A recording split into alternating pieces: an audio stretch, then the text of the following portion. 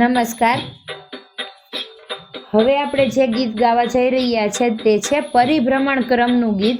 ધોરણ 7ની અંદર એક આખું કોષ્ટક આવે છે, પરિભ્રમણ ક્રમ કેટલા હોય છે, કોણ કેટલા હોય છે, તો તેને લગતું આ ગીત હું રજૂ કરું છું. સાંભળો.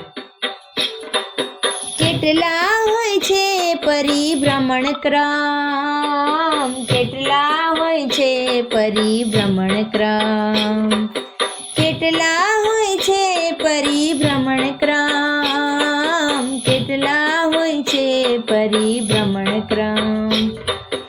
અવનવા આકારોની અવનવી ભાત છે, અવનવી સમિતિની જુદી જુદી વાત છે.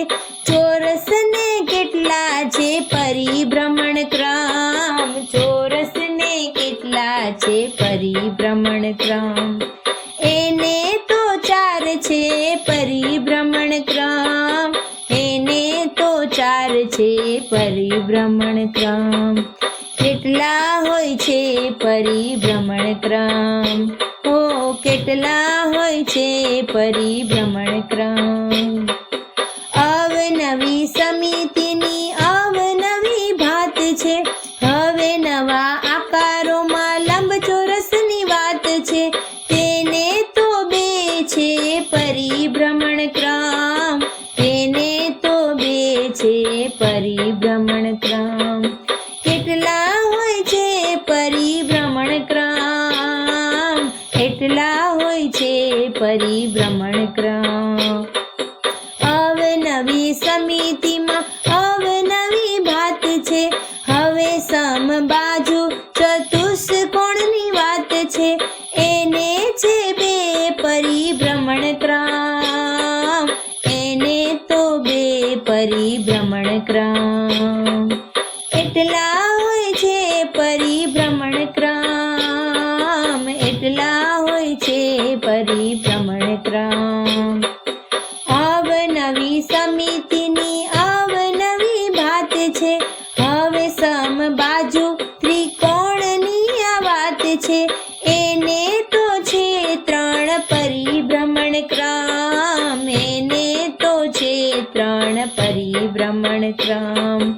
એટલા હોય છે પરિભ્રમણ ક્રમ, એટલા હોય છે પરિભ્રમણ ક્રમ. અવનવી સમિતિની અવનવી ભાત છે, હવે નિયમિત ષટકોણની આ વાત છે. એને છે કેટલા પરિભ્રમણ ક્રમ, એને છે 6 પરિભ્રમણ ક્રમ. એને છે કેટલા પરિભ્રમણ ક્રમ, એને તો છે 6 પરિભ્રમણ ક્રમ. અવનવી સમિતિની અવનવી ભાત છે, અવનવા આકારોમાં વર્તુળની વાત છે. અવનવા આકારોમાં વર્તુળની વાત છે. તેને છે કેટલા પરિભ્રમણ ક્રમ, તેને છે અસંખ્ય પરિભ્રમણ ક્રમ. તેને છે કેટલા પરિભ્રમણ ક્રમ, તેને છે અસંખ્ય પરિભ્રમણ ક્રમ. એટલા હોય છે પરિભ્રમણ ક્રમ, એટલા હોય છે પરિભ્રમણ ક્રમ. અવનવી સમિતિમાં અવનવી ભાત છે, અવનવા આકારોમાં અર્ધવર્તુળની વાત છે. એને છે કેટલા પરિભ્રમણ ક્રમ, હવે એને છે 2 પરિભ્રમણ ક્રમ.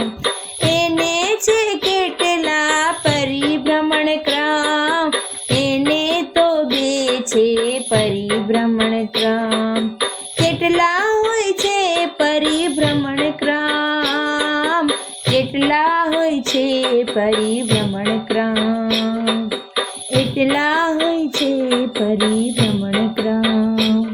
આ રીતે તમામના ક્રમ દર્શાવી શકાય છે. અસ્તુ.